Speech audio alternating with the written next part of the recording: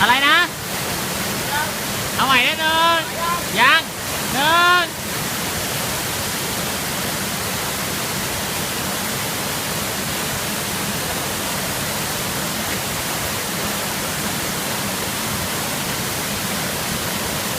โอ้ยมองไม่เห็นเลย